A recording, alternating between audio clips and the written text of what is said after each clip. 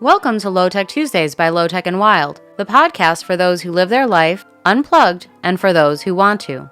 LoTech and Wild is a podcast brought to you by Valdez Adventure Alliance in Valdez, Alaska. We have guests that we learn from all around the world, and we invite anyone who is interested to come and visit the beauty of Valdez, Alaska.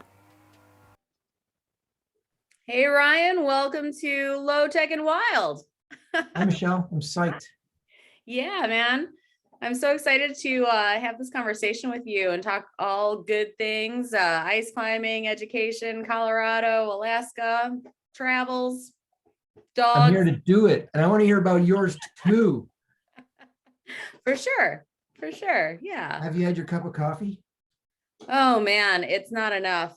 I need like a VI drip right or IV drip right now. See, I don't even know what I'm talking about, but I got You're not alone. I have my sparkling water, so let's see if that helps. They say hydrate, right? They say hydrate. Right, especially for intense situations. Yes, like podcasting. Exactly.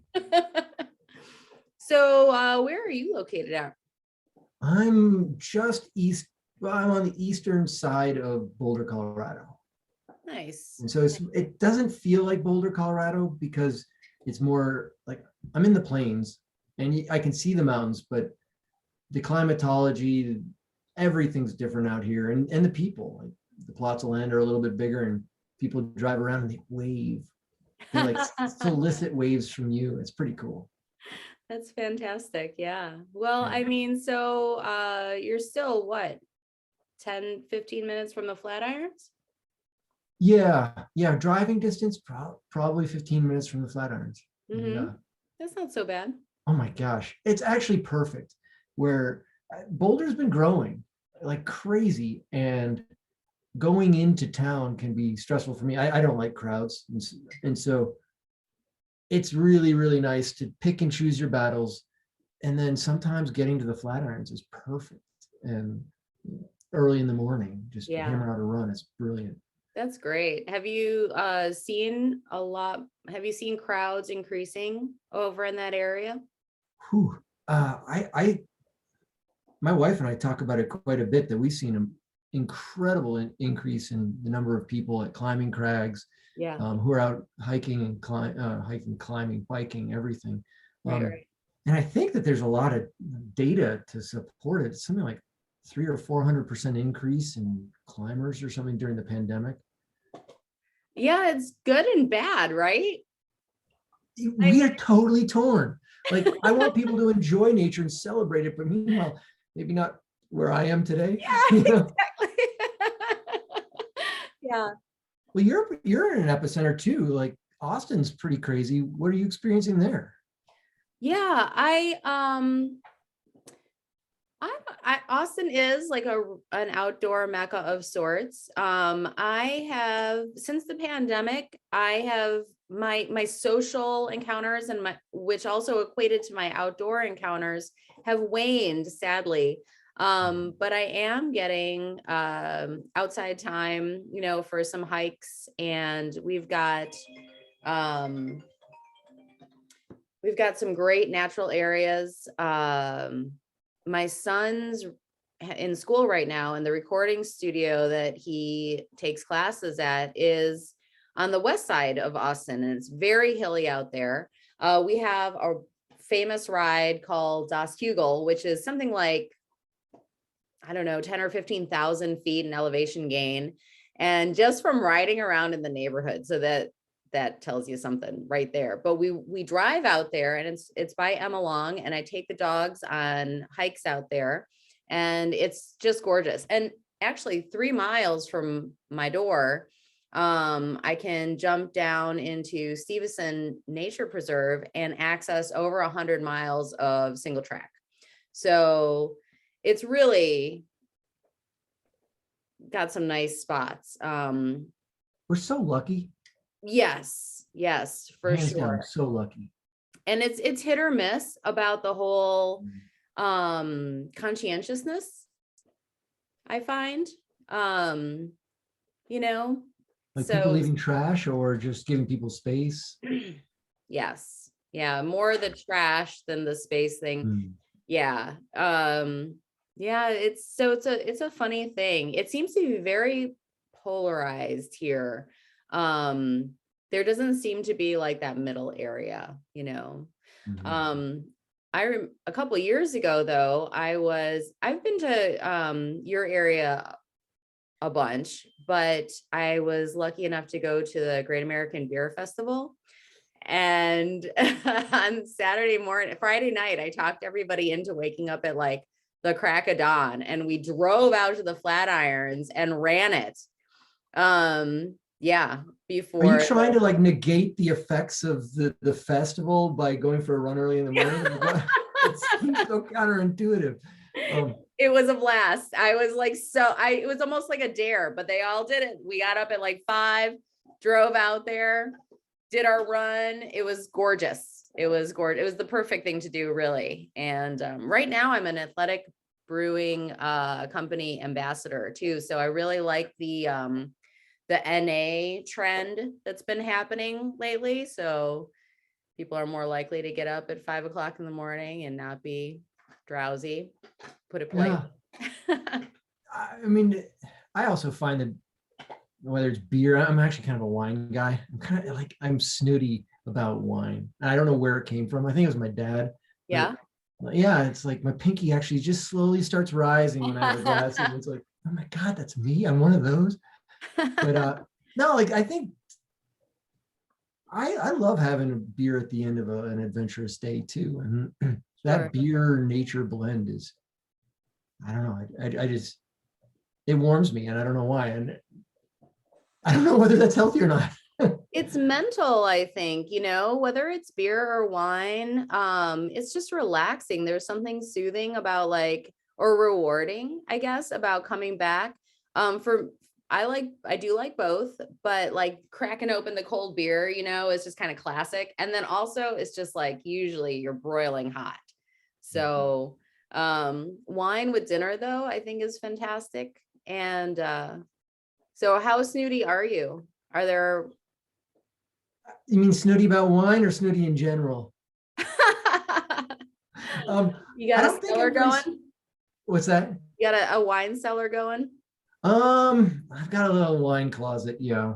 Nice. And but so I think my wife and I go for like the best wine dollar. So you can have an amazing bottle for $10 and you can have an amazing bottle for $100. You just have to set your expectations around what Yeah. you pay. Usually I think we spend about $10 or $15 though a bottle. And but we really go for like the varietal and where it's grown, and like we pay a lot of attention to it, and it's super fun. It is. It is fun. Yeah. Those sommeliers, man. I mean, the tests that they have to take. I mean, open up that farmer's almanac and I can't even imagine having to memorize all of those details. Plus, Some people can identify the bottle, oh, like it's just literally down to amazing. the name. Yeah, it's pretty amazing. So, have you always lived in Boulder? No, I grew up in Boston, like north of Boston by like Wow. 25 miles, and No kidding. salt water's in my veins. It's brilliant. It's fucking brilliant. I love it. Wicked, wicked. I'm a clam digger. I love it. That's Yeah, fantastic. So you had yeah. to get away from that city life. It wasn't really the city life. It was I kind of grew up in a fishing town area. So it was definitely town-ish and town-y. Okay. But I definitely escaped the area. I had to 20 some odd years ago, I had to escape and redefine myself. So Gotcha. that was That's good. fantastic. I feel that, man, Yeah. Yeah. I go home and it seems like whenever I'm there, the weather's really nice. And so sometimes it tempts me to go back. So I have to pay attention to like the weather app on my phone where it's like, oh, it is raining for a week straight. I'm just not there. That's funny. Yeah. Yeah. Are you originally from Austin? No, no, no. Chicago area myself. Um, Yeah. it's all in how you say Chicago. Oh, right. Yeah, I know. I don't realize that I have an access until some people around here make fun of me. And I'm like, oh yeah. All right. Well, I want Triados. Leave me alone. Hey, you guys, cut it out. And you probably like wind. Love it. No, do not like wind. But yeah, it's the same thing. And so that's the thing is that, I mean, I had been trying to escape the Chicago area for a long time. And it's funny too. I think my dad, he was born and raised in the south side of Chicago. And there are some things that I miss. There are neighborhood pockets of ethnic groups, which are it's like world travel in one city. And it's just fantastic. The art, the cultural scene is great. But I moved down to New Orleans for 5 years, and that was where my daughter was born. And I would get postcards from my dad, and he was like on an icebreaker in Greenland. And yeah, and when he finally passed away, I hadn't seen him in years and years and years. He was at like the northernmost part of Maine, in Van Buren, Maine, right across from Van Buren. And so it was just like, sometimes I think that, maybe we're just meant to explore. Some of us are meant to explore a little bit more, I think that goes to, you and I've talked to even a little bit about this before the podcast, is how do you strike a balance in your life between work and where you live? And I feel like you have to have that escape velocity to want to go to a new place or start something new. And I think some people can find that a little bit more easily than others. I mean, way too easily, I think, for some people, and they lose focus. But yeah, yeah, I like having a base camp and then striking out towards cool places. for sure. Yeah. And I mean, because part of it is that, we need to maintain some sort of a lifestyle. We need to figure out what kind of lifestyle we want to live. And, if you want to, do something besides panhandle, basically, or now these days, I mean, one of the positives of the pandemic is this working remotely thing. You got to figure it out. One of the other nice things about working remotely is that a lot of like the more dilapidated areas of the country have found new people that have been wanting to move there because as long as you've got a good internet connection, you can work,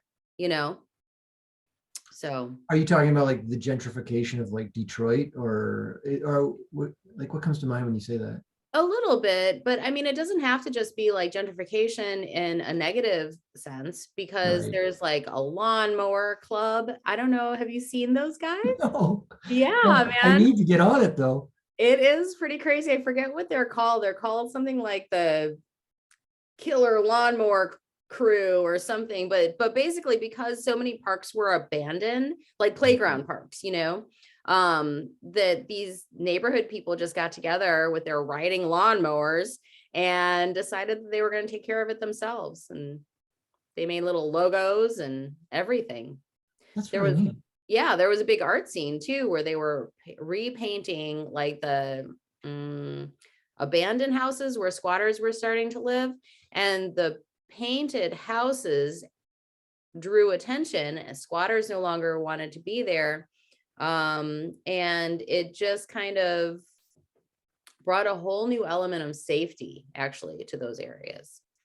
It makes total sense. Yeah. And it's amazing to see what people do in adversity, and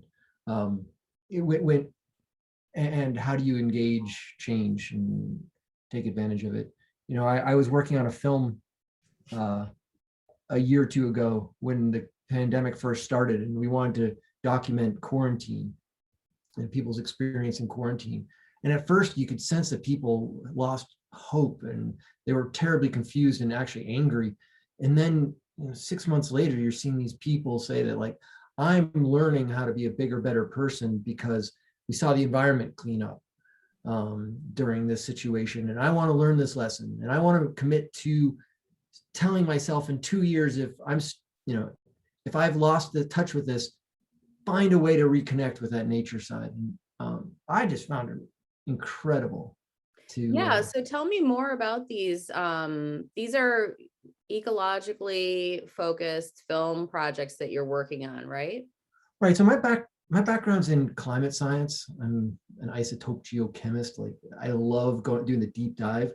But 10, 15 years ago, I realized that the findings that we make are brilliant and they're really useful. We just have to make them useful by communicating them.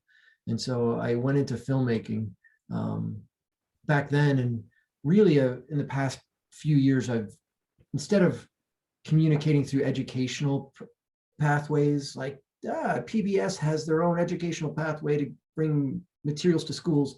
That was how I used to do it, but now I'm documentary filmmaking. And yeah, most of the stuff is that human contact with the environment, wherever that is. What are people doing at the front lines of climate change or natural disasters, and what lessons can we learn? And how does behavior change? Because I understand that there's like a behavior change is like a ladder, right? That there are modes within the concept of behavior change. So how does this fit in with your work?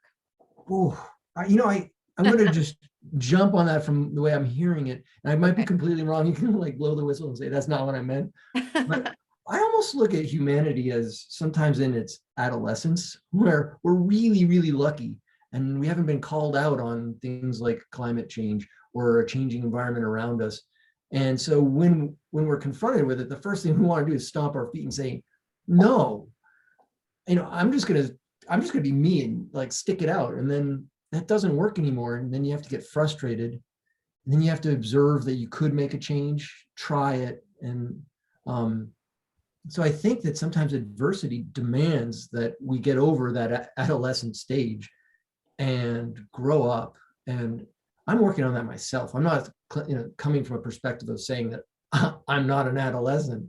I feel like in so many aspects of my life, I'm trying to look at things that way and ask how I can grow because of things like the pandemic or climate change. We just had a huge fire here in Boulder, and wow, was that an awakening, because it came within half a mile of our house.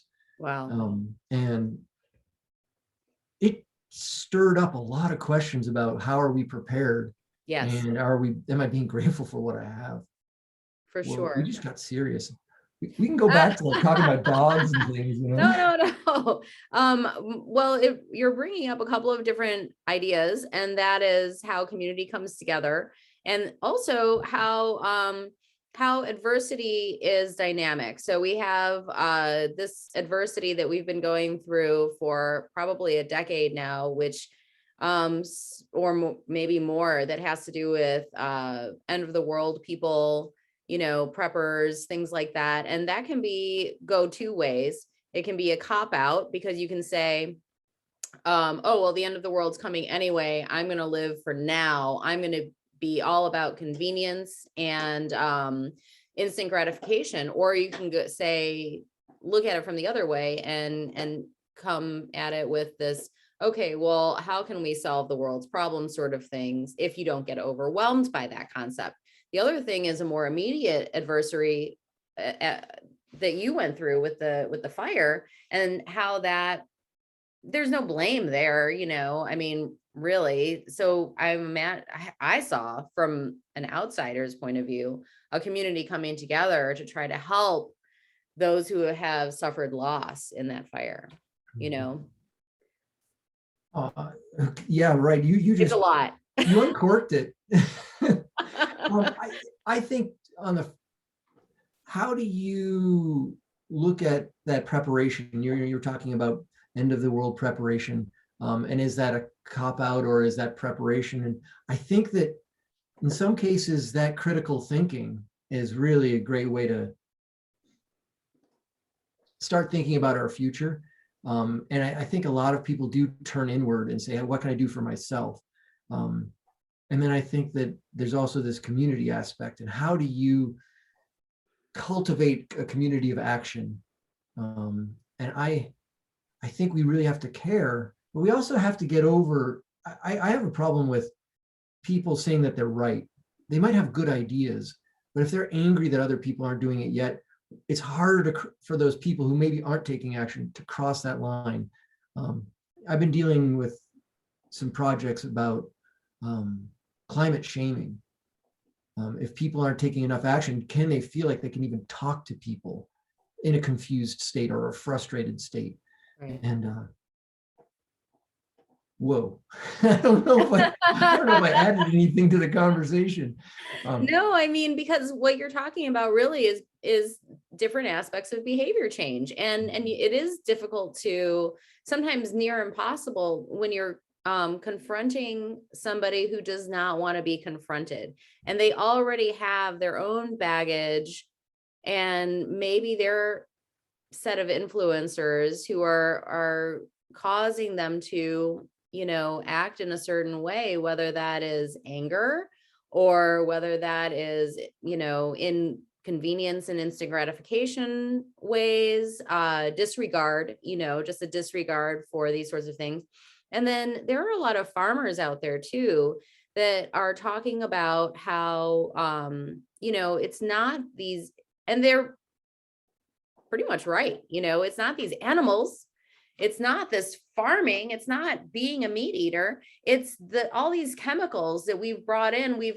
We've gone so far with this technology thing in big agriculture that we lost sight of what it was, where it came from in the first place. So when you say that we're in our adolescence, as far as being humans, that makes a lot of sense to me. We need to go full circle. I think that there's another component of if we want change, sometimes we have to look back on the mechanism that caused the thing that we want to change. And like, I'm going to just go to climate change, but then we can look at many different aspects of pollution or human health. Sure. But it's taken us, some might assert that it's taken thousands of years for us to develop the climate change that we have now. And so many of us would want to pivot on a dime and say, I want to do something to change the world. And it's like, whoa, we've had billions of people collaborating towards what the outcome that we have now. Can we kind of shift this huge barge a little bit very slowly to make change? And can we do it right now? Sometimes if you look at, what isn't there advice? Like, don't make any major decisions if you're kind of afraid or freaked out. And so I think that don't make these major decisions. Can we make loving decisions together and move this barge slowly and welcome the process as opposed to wanting the change now? I think that that's just setting up reasonable expectations. I don't know. People can criticize me if they want. That's fine. Well, talk about maybe one of your latest projects, and also, so do you teach climate change? Are you also an instructor? I used to teach at the University of Colorado, and I stopped doing that a few years ago to really dive into the filmmaking. But oh man, yeah, I teach climate change and energy in the environment, and I also taught a climate and film class for one semester, and that was really Nice. cool. Yeah, I bet. but yeah, no, I miss education, and even through the pandemic, not engaging people the same way. Like I love, even since for over the past 3 years, I've been going to schools and talking to school kids about my experiences with climate change, and Right. that's not that easy anymore. No, I bet. And but I think that going the film route is a way to get in touch with a lot of people through one project. So, it seems like a very efficient way to teach about climate change. Yeah. You brought up like what are the projects that I'm working on, and one that I'm working on right now is, the simplest way to say it is, it's about climbers' testimony to changing climate and how this could maybe stir action in people, or stir interest in people. And the more is it dived, divin? How do you say I've dove? More I've divin into Or you something? dive into something? What's the past tense of that? I don't know.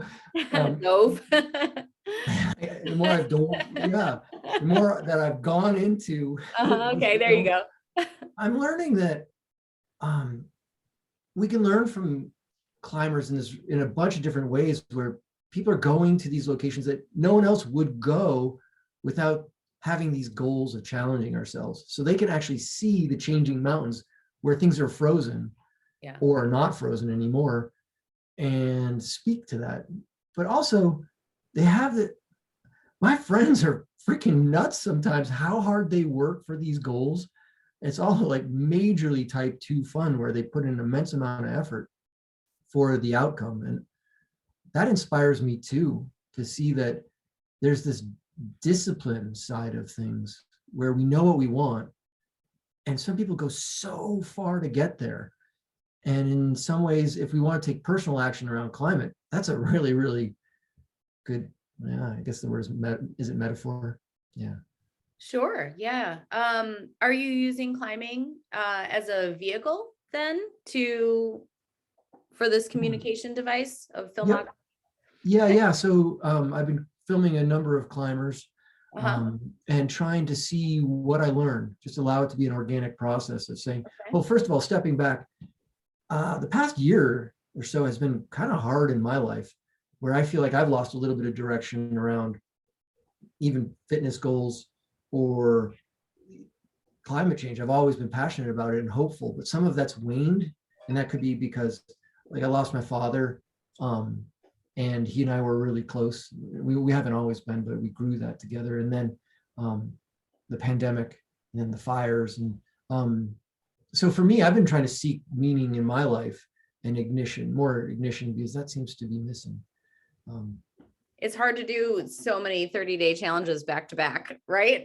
I mean, when the Yeah, pandemic started, I was like, oh, 30-day challenge, 60-day challenge. There's just like, after a while, I'm just like, I can't do it anymore. You know? totally. Yeah, So, I'm ending a 60-day challenge today. oh, no kidding. Boom, All just get right. it done. Nice. But Congrats. also, my sentiment towards the process is similar to what you're saying, where it's like, oh my gosh, are you kidding me? Like, Yeah. is there another one now? Right. Yeah. Well, and so back to the whole like climbing and outdoors stuff. And so like I feel your pain about like the fitness goals and all of that kind of stuff.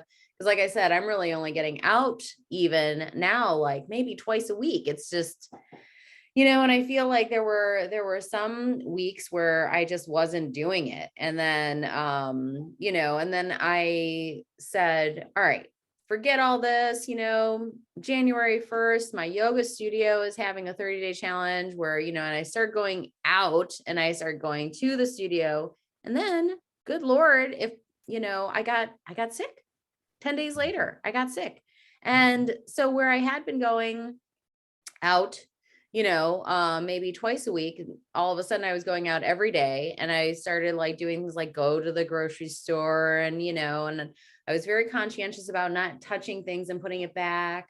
But still, somewhere in that journey of going out every single day, I ended up getting a really bad cold. I'm negative though. I've got COVID tests. And yeah, I So am. you did not get COVID, or you did, and you're just over it. I did not get COVID. I was vaccinated. But I just got a really bad flu. Totally. My sister had the exact same thing, and it's brutal. But the Yeah. same thing stands even with COVID. Whether it's COVID or not. Well, it was so disappointing. I mean, how much of this life is mental, you know what I mean? It was like, because I was so ramped up to be getting out of the house every day, and like Right. seeing people, and that was just shut down hard. So And that's deflating. it You is. know, It's super deflating. and you Super have to deflating. spool it back up. I know. Well, we will be spooling it back up in Valdez, Alaska. I know. I got to meet you firsthand. That's First right. person. Yes, Yay. I'm very excited. It's So gonna be excited. fun. Yeah, I've never been there, and just looking at some of those ice formations with the wind and what are they called, the mushrooms or the yeah. Oh, it's just absolutely gorgeous. Valdez is on Prince William Sound, and it is a rainforest environment, and it is just stunning. It's fantastic. And we're going to be right at Valdez Airport for our meeting spot. And hopefully maybe in future years, we'll be able to use the ice flows to get stuck in Valdez Glacier Lake, which is also right by a glacier.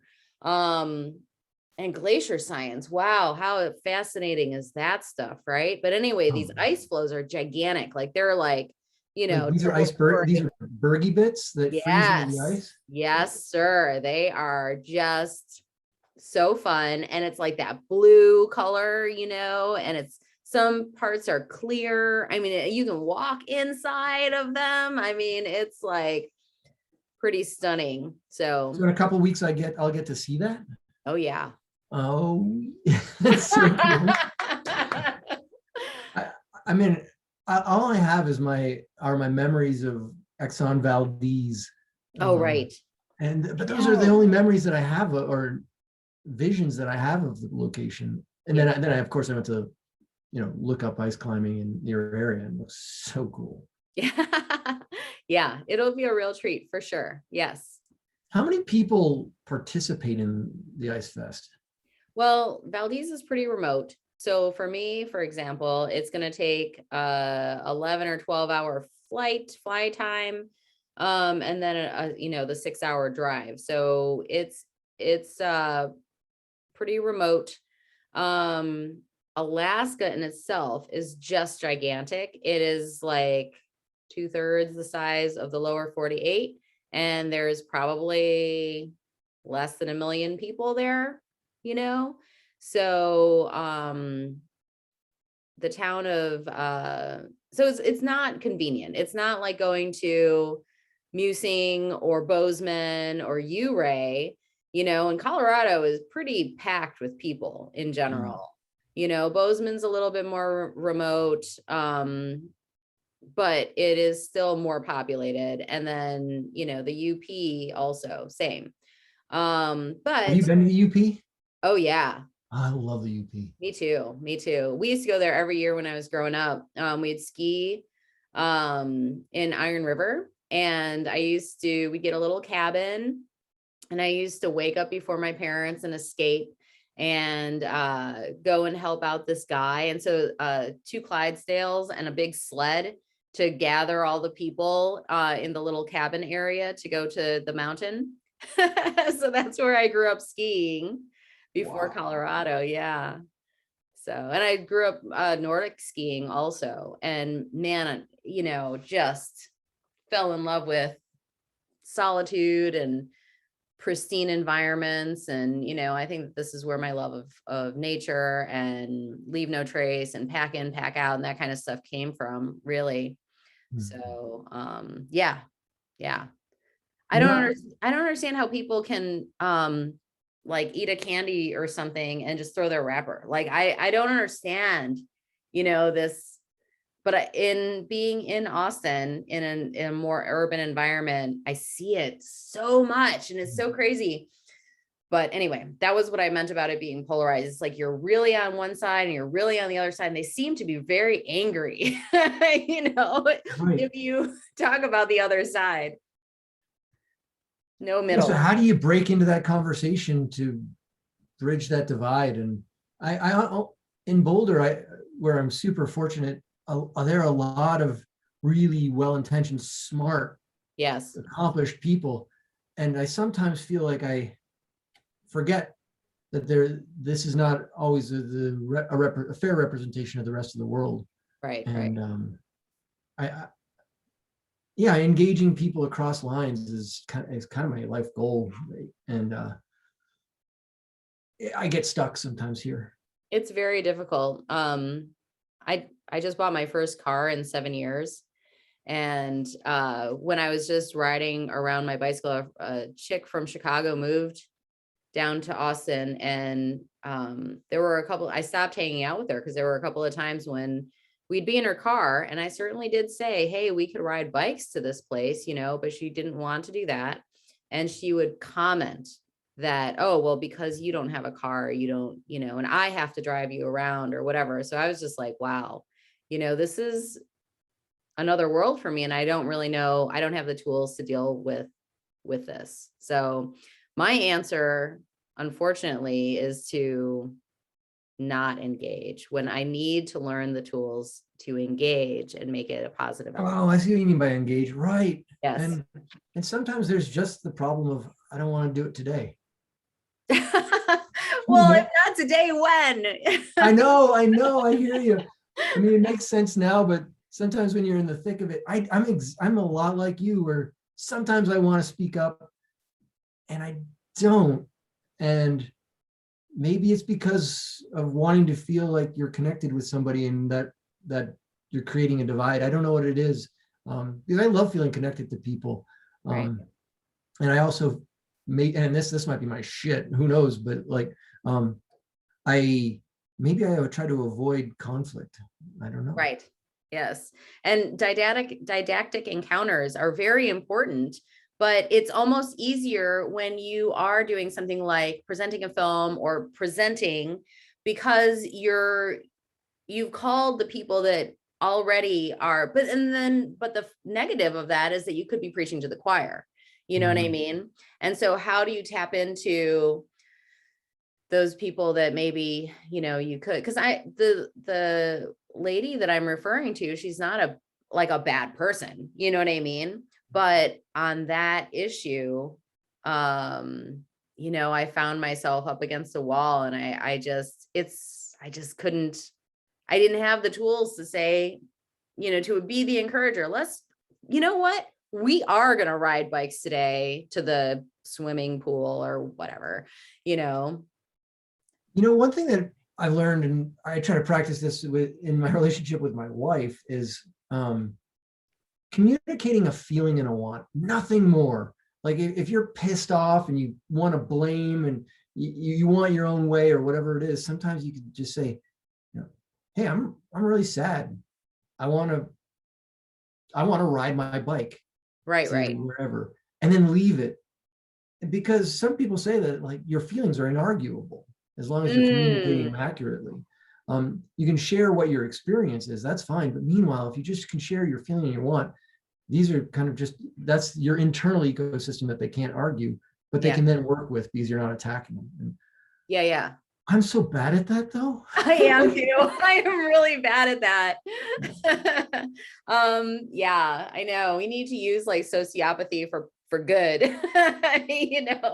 You've used the word sociopathy and didactic within like 5 minutes. I need more coffee. That's impressive. Oh man. Well, I had a contractor on my roof yesterday telling me this like 10-syllable word that is the name of the algae that grows on the roof tiles. So, hey, if I start going there, then you can have more coffee. But until then, I think I only know like 2 organisms' names. Was it Pseudomenzii? It's not like Douglas fir or something. Oh, really? I think so. And then like Rana Pipien's a tree frog, and that's it. I'm done. Bravo. I love it. I only know I'm liking it. That's all I know. Yeah, totally. I love lichen. There's a pun in there. I'm going to leave it. Yeah, I was working with a scientist who was able to, so sometimes if you want to understand the history of an area, the geological history of the area, you can then you can make estimates about the processes that affect the area. And so this guy was using lichens in a process called lichenometry, where you measure the diameter of the lichens. And if you know how fast they grow, you know when that rock landed where it is. Oh, that's so cool. Or it was uncovered. And yeah, that was so cool. Interesting. I didn't realize that lichen could grow underneath snow and that's what caribou eats. Because I've always wanted to go up to the Arctic Circle one of these days. What was really fun is I sent a donation receipt to somebody in the North Pole.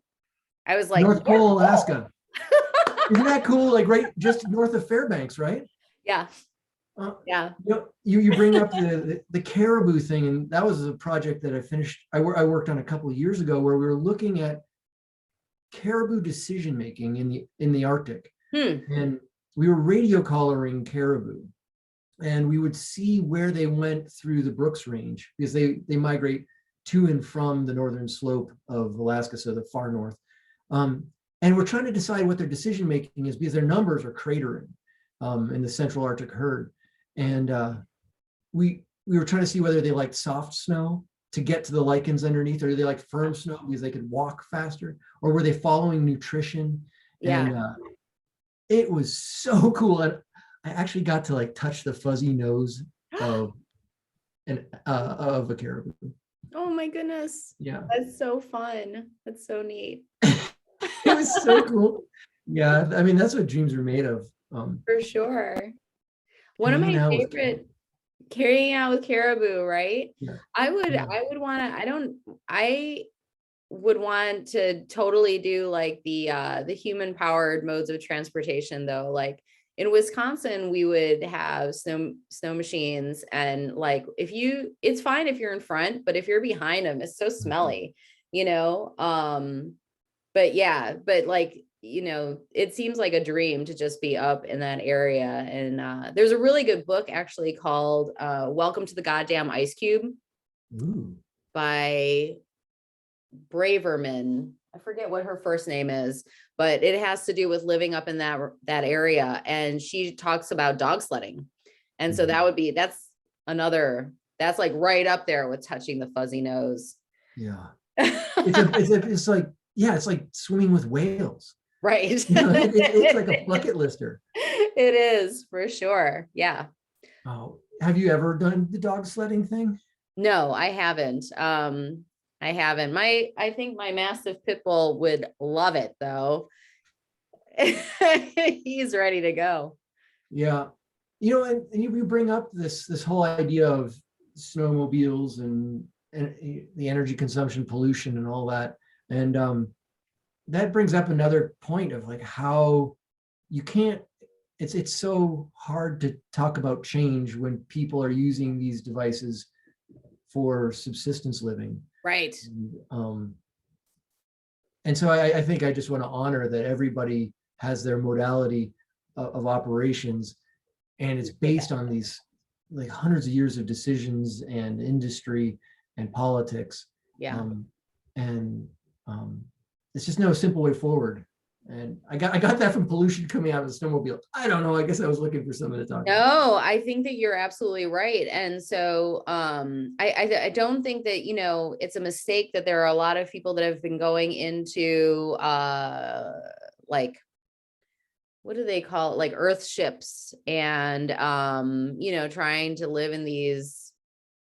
Oh, the biome 3, the Yeah. biome 3, I forget the name, where they went in for like a year or two, and it was supposed to be airtight.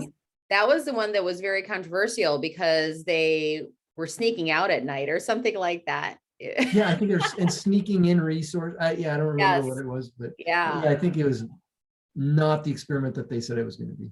Right. It's typical for us to make those attempts though. But like when I was growing up and we would drive to the UP, I would see the Amish all the time. And so I was like, man, that's calling me, that concept of you are a community, you're working together, you live off of the food that you plant. It's just the religious aspect of it really that was the big turnoff to me. And same with like all of those other things, like all of I don't understand why communities have to be culty to come together to do some of these things. And not that the Amish are culty or the Shakers or anything like that. I really have a deep appreciation for all of that. It's the more modern ones that have sprung up. And I think that the reason that they spring up is because we're looking for some sort of soulful endeavor, to provide meaning for our lives. Yeah. So maybe it's, futile, but. Do you think like with the modern times of not only the pandemic, but also the social media moving at the speed of light, and the greater separation between the haves and the have-nots, do you think that finding purpose is harder, or that identity that you were just talking about, a belonging? do you think it's harder to do that now, or has it always been just kind of a human situation? I personally feel like it's always been, I think it is the human condition. So, but I think that that also is coming from the idea that like I ran away from home when I was 15 and then I hitchhiked across the country a lot. So when I would tell people that in my parenting group, because now I'm living in a suburb of Chicago, right? And it's like top 3 money magazine for 10 years in a row, right? Best place to educate your kids. And so I'm with all these very educated women in our parenting group. These chicks have PhDs and masters. They're never getting a job, right?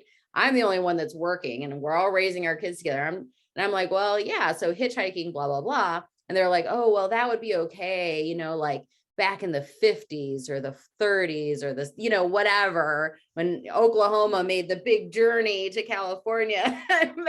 But I'm like, well, I did this in the late 80s and 90s.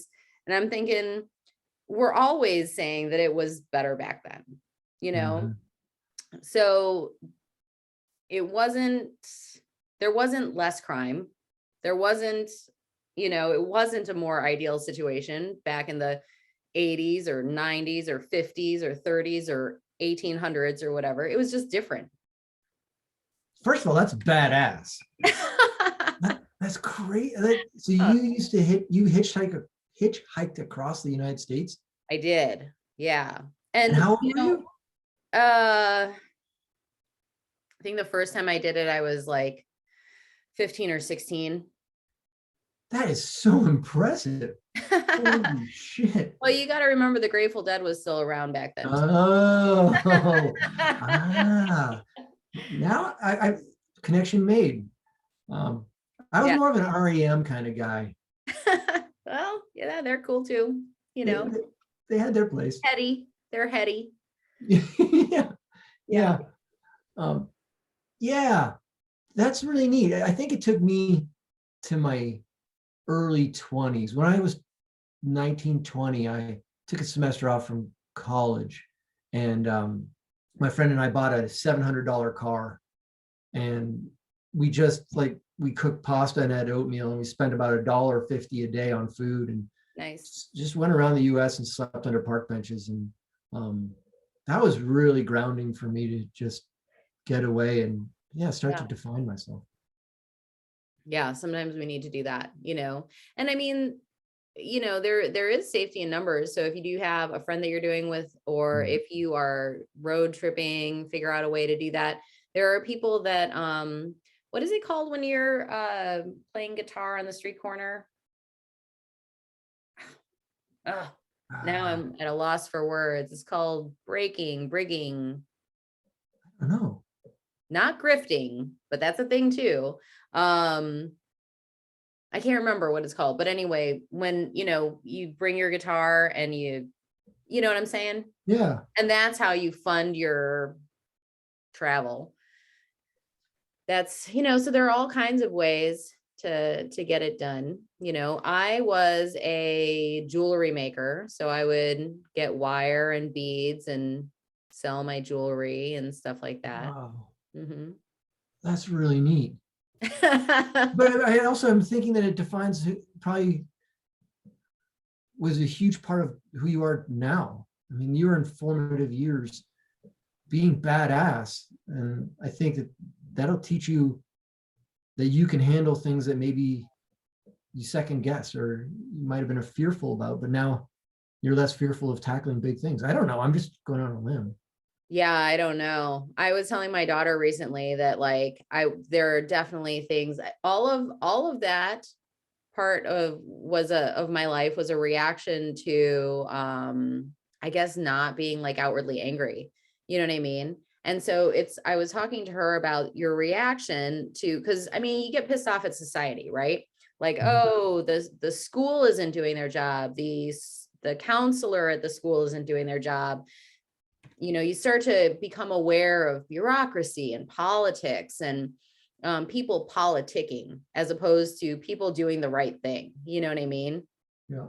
And so that was all my reaction. It was a rebellion against all of that. And so I was telling her that I wish that I had been able to curb that disappointment in myself a little bit better and made better choices, so that, instead of graduating college with an accounting degree at 28, maybe I could have graduated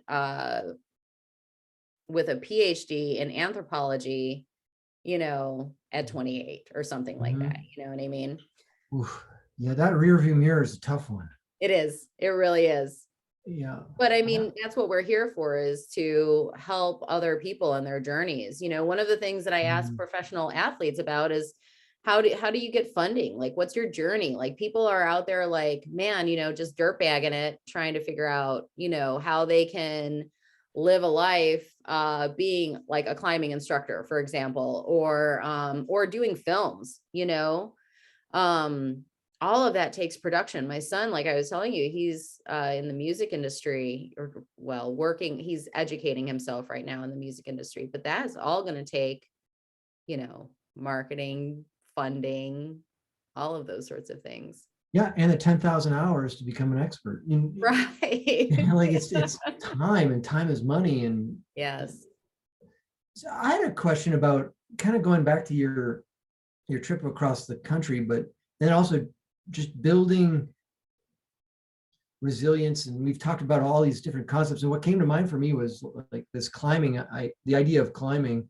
And I find, and I talk to a lot of people about this, but you can have fear. And sometimes it's this irrational fear that keeps you from engaging, or you engage it and then you shut down the engagement because of the fear. Yeah. And how do people chip away at that fear to be able to accomplish things? Because I think people give up on it and focus on the things they're good at, as opposed to the things that they want. That's what I did. That's why I was like, math is easy, accounting is easy. That's what and it's professional. Yep. But to be honest with you, it's not easy to sit at a computer every day and crunch numbers. It's not easy to be in the world of accounting and do the politicking part. As far as the fear goes, when you're climbing or doing a sport, I used to think that it was translatable, that it was a metaphor, but it is only, to me, translatable when it is a concept, when it is just a metaphor, because there's so much nuance that comes with human interaction. And I feel like whatever that definition of success is for you, for anybody out there, it's going to require some level of human interaction, because at the end of the day, we have to be able to afford our lives, right? So that all led me to believe that it's only partially translatable. It's only partially a metaphor. You get over the crux of a climb, you have to overcome a lot of fear, like heart pounding, physical, you know what I'm saying? Yep. And also it's very, very meditative. You are allowed to be focused solely on that one pinpoint of a thing that you're doing in the world. When you're talking about overcoming the fear of being personally successful, I think that the nuance of human interaction is something that to navigate is a different animal entirely. But if we're talking about just the simple anatomy of without the nuances, because the nuances are super important, but I guess it's stepping towards the fear. If you think about it, the different personality types, like it could go back to that whole car versus bike situation. Like I could have just dominated, you know what I mean? And not worried about any resentment. I know that I'm capable of doing that. I don't like to be that person. I don't want to have to be that person. Does that make sense? Yep. Yeah. I think it's a balancing act. And, I had a really good interaction with my uncle. Was it yesterday or the day before? He's a naysayer about climate change. He just believes that natural systems are controlling the thermostat outside, and which in so many ways is understandable because it has for billions of years. And then, But if how you much look of at you, if you look at the data, it just goes whoop, as far yeah, as what we've done to the planet. yeah. And so, but he, meanwhile, he has said no to the mechanism, saying that he thinks it's natural. And I was talking to him about one of my projects I've been working on, which is really neat. And I'm working with really cool minds at the forefront of how do you know how much glaciers have receded all over the planet? Mhm. And he brought up like, hey, can't these climate scientists sometimes be like pushy and they just want to have their way? And it's like, actually, no, these are really curious people. And I said, and he has a background in psychology, and it was really nice. I felt really personally successful, and I don't always feel successful, but in this case, I said, you should talk to him. Like, you should reach out to him because you're so curious about this and you want to understand how they think. You're a psychologist. Like, Mhm.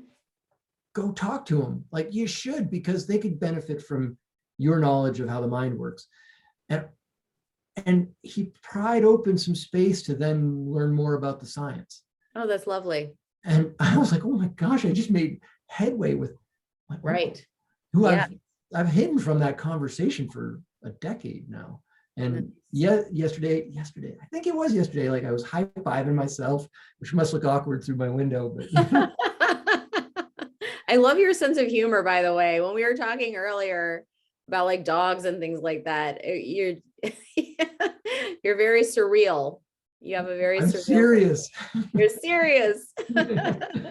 Well, yeah, I kind of felt odd saying that I was trying to figure out the size of your dog by the flappy sound that they make when they shake their head. Oh, 30 pounds, but I was off by quite a bit. 50. Yeah. Well, that sucks. He was farther away. That's why. It was, Right. If he he was didn't moving, calculate the distance. right. But if he was moving towards you, it's kind of like that siren, how it changes pitch as it's coming Right. closer. It'd be like, I don't know. Yeah, we Maybe just went there. you weren't also calculating in the jowls. Oh, could the sound have actually been jowl? Combo. I'm gonna go with combo. Yeah. This is really important to answer. Yes. Well, I think that you hit on something really, really a great tool and strategy, even though it was not maybe at the time intentional, but the whole idea of when you presented your uncle's gifts to him in a complimentary way, that it made him more open and receptive to the ideas of climate change, that's very interesting. But that's such an interpersonal communication that happened there. I mean, I'd have to go from neighbor to neighbor to neighbor. You know what I mean? Right, right. Yeah. So, And that's why, like, but it's a good I'm, idea. It's oh, a yeah, that's brilliant, really. You know?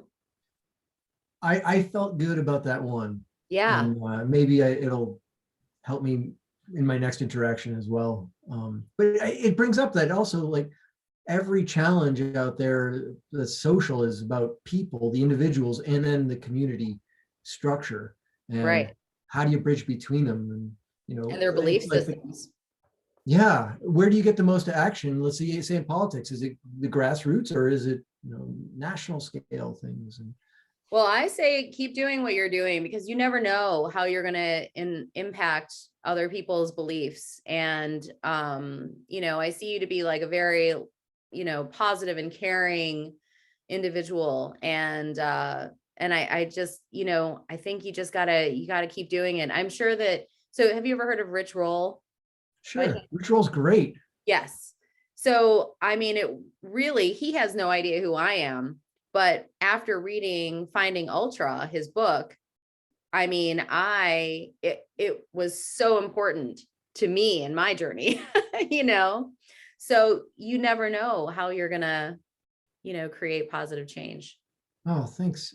And also, have you heard Rich Roll's podcast? I have. Yeah, yeah. Oh, well, first of all, like you age over the process of these podcasts that are like 2 hours long. But True. you, They are you a little actually bit slip long. into REM cycles. Yes. But Yes. meanwhile, they're awesome. And he's so thoughtful in the way that he asks questions and solicitous of people's opinions um and then shares his. Like he's just very present. And Yeah. um, No, he's great. He is. I highly recommend his podcast, and I definitely recommend his books and his website. I really appreciate where he's been and where he has come to and where he's going. So, and we find these role models as we move through life, hopefully with luck we find some role models for ourselves that help us implement positive change. But you got to realize that these are only the people that want to, you know. But before I let you go, I'm kind of curious a little bit too about how you got involved with camp. um You mind speaking well, about that a little bit also? sure. Yeah, I'm a ice climber, mixed climber, and I think that I about 10 years ago I finished up on 6 years off from climbing, and then I came back into climbing, and I had an immense amount of passion for getting out onto ice and mixed, and even dry tooling, which is climbing with ice tools on steep rock, and I did all right. I did all right for myself, and a couple companies came up and said that they wanted to help support me, um, to be me, and Camp was one of them. And they are awesome people. And just, if you find somebody saying like, "We want to help you be you," like I'll work with them in a heartbeat, and they're fantastic. So yeah, I'll be there with Camp um, at the Valdez Ice Fest. Yeah, that's great. I'm so excited. And we've got you teaching a light and fast clinic and what's the other one? Steep ice? We've got you Steep teaching. ice, I think. Yeah. Yeah, and then we're gonna mash those up, two of those together, and We've got you teaching. So we took the light and fast clinic. There were two light and fast clinics. mhm. And so that was part of the reason why we opened up that second one. Um, so, but now I think that what we're gonna do is we're gonna make it back into one clinic. And so you're gonna teach that combined. And then the next day, I think you've got light and or not light and light Steep and fast, ice. got steep ice. Oh, I see here. It's a learn to lead, steep ice intro, learn to lead. Ooh, this is good. Yeah, if you going back to we've talked a lot about science, but I find it, outside is my church. I'm not For sure. religiously directed. I guess I'm spiritual, but um, being out on the ice and connecting with people, those Yeah. challenges bring me together. And if I can help pass that on to other people as a tool for connecting with yourself, hell yeah. Yeah. Yeah. I love it. Yeah. Have you ever been like big mountain, like out there mountaineering Yeah. type I stuff? think so. I think half of my trips to like the Andes and the Himalaya and Alaska have been science, and half of them have been for technical climbing. Gotcha. So Cool. yeah, I I sometimes blend the two together, and it doesn't seem to work very well. So I have to pick and choose the trips. Oh my God, I was working on this. We were drilling ice cores. We were going through an ice cap in the Andes at 20,000 feet.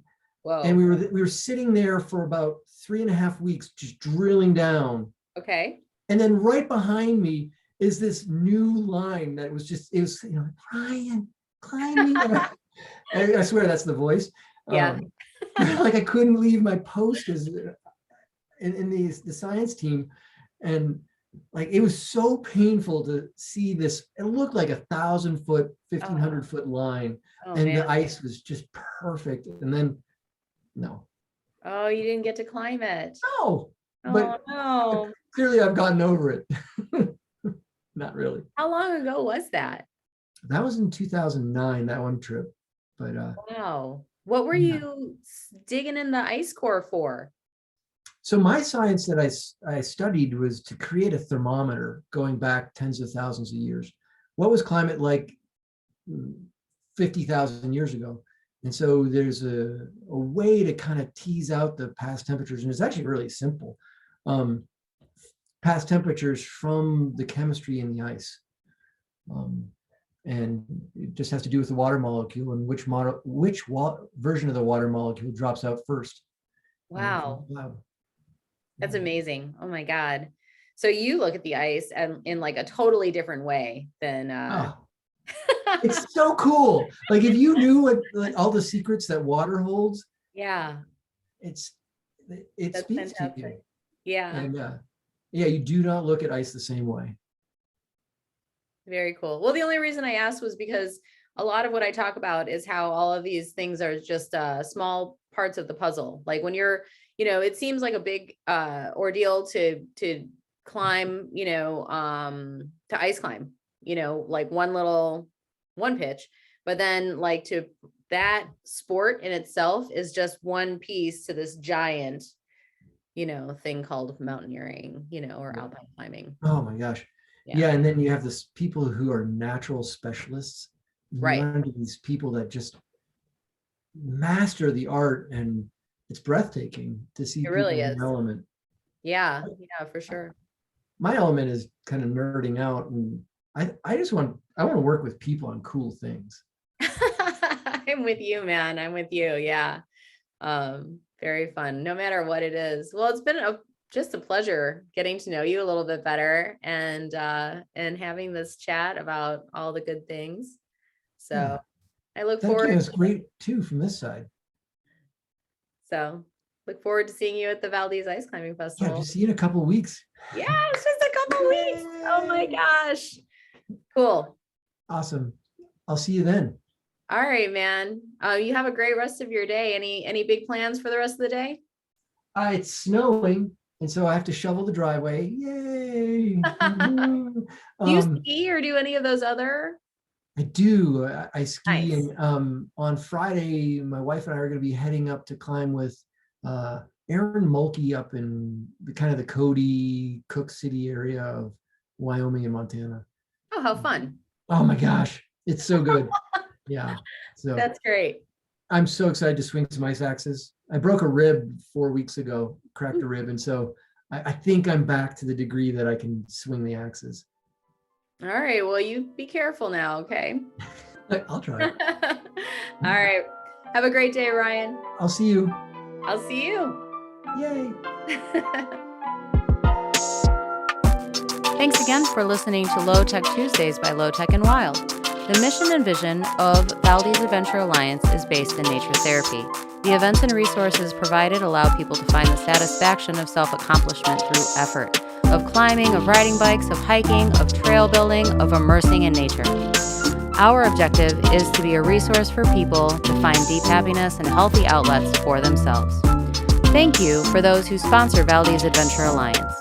IMBA, the International Mountain Biking Association, Access Fund, the American Alpine Club. We'd also like to thank the City of Valdez, Alaska, the Fat Mermaid, Bike Flights, Camp, Alyeska Pipeline, CVEA Community Foundation, Sterling, Loa Boots, Raven, Alaska, Athletic Brewing, Best Western, Valdez Avalanche Center, and The Prospector.